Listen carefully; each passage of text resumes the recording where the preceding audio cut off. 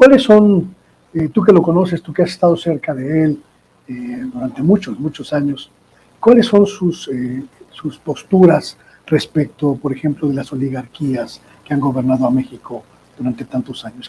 ¿Cuál es su postura frente al modelo neoliberal que ha hecho de este país pues una evidencia de la disparidad económica, social, política y de toda índole entre la gente?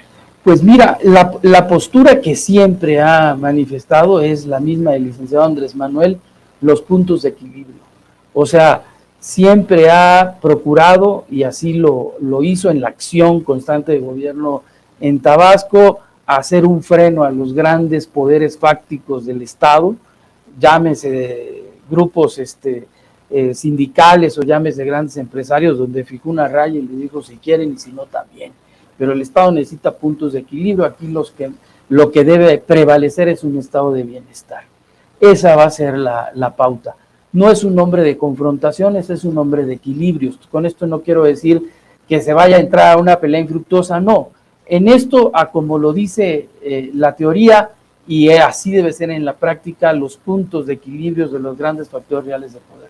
El pueblo tiene un lugar privilegiado y hay que darle ciertos privilegios. Él no cree, por ejemplo, en ese constructo elitista neoliberal de la sociedad civil, que es la sociedad culta y que es la sociedad que piensa y reflexiva y organizada. No, aquí es más, ¿no? Sin tanta parafernalia, los puntos de equilibrio donde todos tengan todos. No es un hombre que se va a confrontar, pero sí sabe dialogar con el poder y con los poderosos, ¿no? Y tratar de mediar. Mira lo que hizo en la Secretaría de Gobernación con diferentes temas. Ahorita se me va el nombre de el último empresario, el del tren, Larrea, y de repente, pum, así. Que él intercedió por la negociación para atemperar los ánimos. Es un hombre de conciliación. Y de conciliación sí, y privilegiando la parte de la autoritarismo, porque el empresario quedó contento y el gobierno quedó contento. Además. Es que la formación de abogado creo que en él ha jugado un factor importantísimo. O sea, como abogado sabes dónde está lo justo y lo injusto, ¿no? Entonces, cuando viene alguien con alguna suma más allá de lo que marca la ley, pues no lo vas a engañar a él con la formación que tiene, ¿no? Te va a marcar el punto de equilibrio. Esa es lo que yo veo. No es un hombre de confrontación, es un hombre con el que se puede dialogar y con el que se pueden generar acuerdos con todos los grupos sociales. Eso sí, respetando y no desequilibrando lo que implique el bienestar de la gente.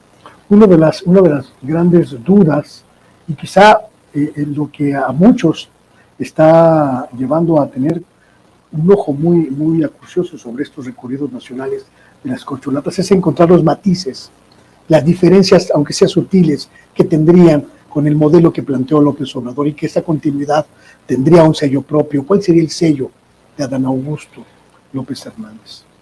Profundizar en el movimiento. El presidente ha hecho un gran esfuerzo, pero también aquí recuerdo una frase del López Mateos, ¿no? El poder de no poder.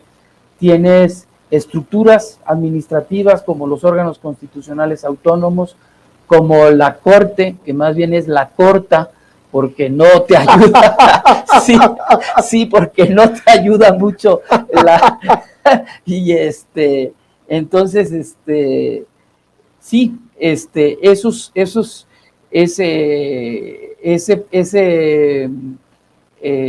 elementos estructurales, yo sí estoy convencido que Adán como gobernador fue un gobernador reformista y lo veo también en el futuro como un hombre de las grandes reformas nacionales. Tenía una relación directa con los poderes judiciales, legislativos, y de respeto, con los empresarios. Sí. Empresarios, poderes, iglesias, la relación escabrosa que tuvimos con la Comisión Federal de Electricidad, sortear las inundaciones, sortear el COVID. Es un hombre que hace política buscando el argumento. O sea, no es, oye, yo quiero, no, es dame tu argumento. De querer todos quieren. Tienes el derecho, tienes la posibilidad, tienes el perfil, los elementos, y entonces construimos, ¿no? Claro. Porque de querer, digo, Sí, claro, hay pues, alguna... si se trata de pedir, todo el mundo pide y estira la mano, Sí, ¿no? hay una expresión que alguna vez la escuché y dice, no, pues aquí todo el mundo ve sus derechos, pero nadie quiere ver sus obligaciones, ¿no? Y dice, no, vamos viendo cuáles son las obligaciones, ¿no? Entonces, bueno, en ese orden de ideas, yo sí veo un perfil que seguramente va a profundizar en las reformas. Creo que está casado con la reforma del Poder Judicial. Todos quienes somos abogados sabemos la gran corrupción y simulación que implica el Poder Judicial de la Federación, por estado, por materia. Yo recuerdo cuando era estudiante que el debate que había sobre el anatocismo, a mandato expreso de la ley que decía que no se podía cobrar interés sobre interés, pues todos decíamos, pues lo lógico es que la Corte resuelva Claro. que no van a cobrar el interés sobre el interés. No, pues la Corte resolvió que sí se podía cobrar por parte de los bancos el interés sobre interés. Entonces, no es una Corte de defensa de la constitucionalidad, sino que históricamente ha sido una Corte de la defensa de los grandes intereses de una pequeña parte. Claro. Y él lo vivió cuando en el 2001 se da la disputa entre la legislatura 56 y la 57 para ser designado gobernador de Tabasco de manera interina, que a un servidor le tocó hacer parte de esos amparos. Nosotros veíamos con mucha claridad que la legislatura que se quedaba sin gobernador era la que entraba, la 57, y entonces la 57 tenía que nombrar al nuevo gobernador, ¿ok? Pero Madrazo, que era el entonces gobernador, el jefe de Loret, el jefe de la mafia. El jefe de la mafia, uno de los jefes de la mafia del poder, decía que debería de ser la 56, ¿no? Y entonces la disputa se llevó a la Corte y a pesar del mandato expreso que estaba en la Constitución, Madrazo articuló una reforma entre el 30 de diciembre y el 31 de diciembre que estaba documentalmente hecha, pero materialmente simulada, pues, o sea, era una reforma de papel. Claro. La Corte se la validó y dijo, señores, debe designar la legislatura que sale y no la que entra. Claro. Y nadie dijo nada, ¿eh? Nadie se desgarraba las vestiduras y nadie dijo nada. Y como esos errores, la Corte ha tenido muchos errores históricos, inclusive, por ejemplo, en transparencia, cuando Ignacio Burgoa pide que le den el monto de la deuda pública, se va a ejercer las acciones constitucionales debidas en la década de los 80 y la Corte resuelve que no. ¿Cómo vas a saber cuál es el monto de la deuda pública? Eso es un tema de seguridad y reservado.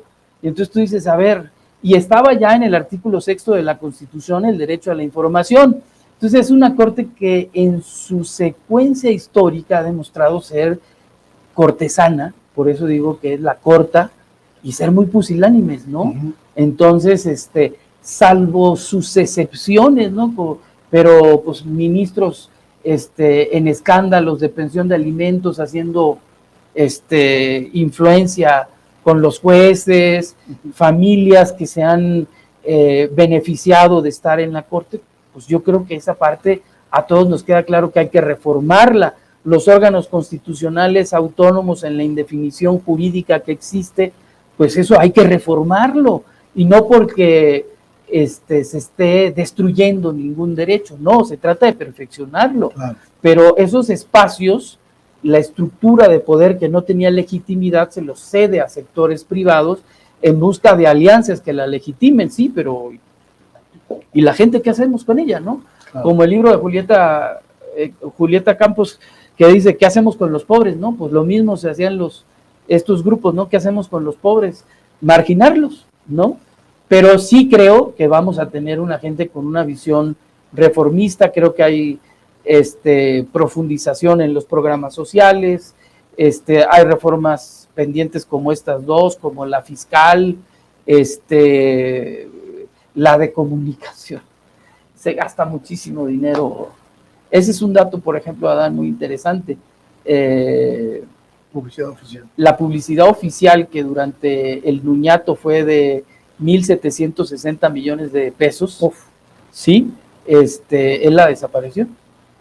Eso está en su primer informe, en la página 24-25. La suma total de lo que se gastó en el sexenio de Arturo Núñez son 1.760. Él no hizo ese gasto.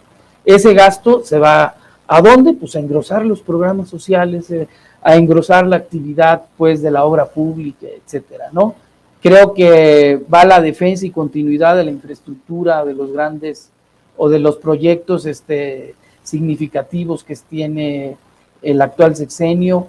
El Tren Maya no se acaba, necesitará también su perfeccionamiento como toda política pública. Claro. El sistema universal de salud, el que todos los mexicanos podamos tener acceso a la salud pública, formará parte de sus prioridades.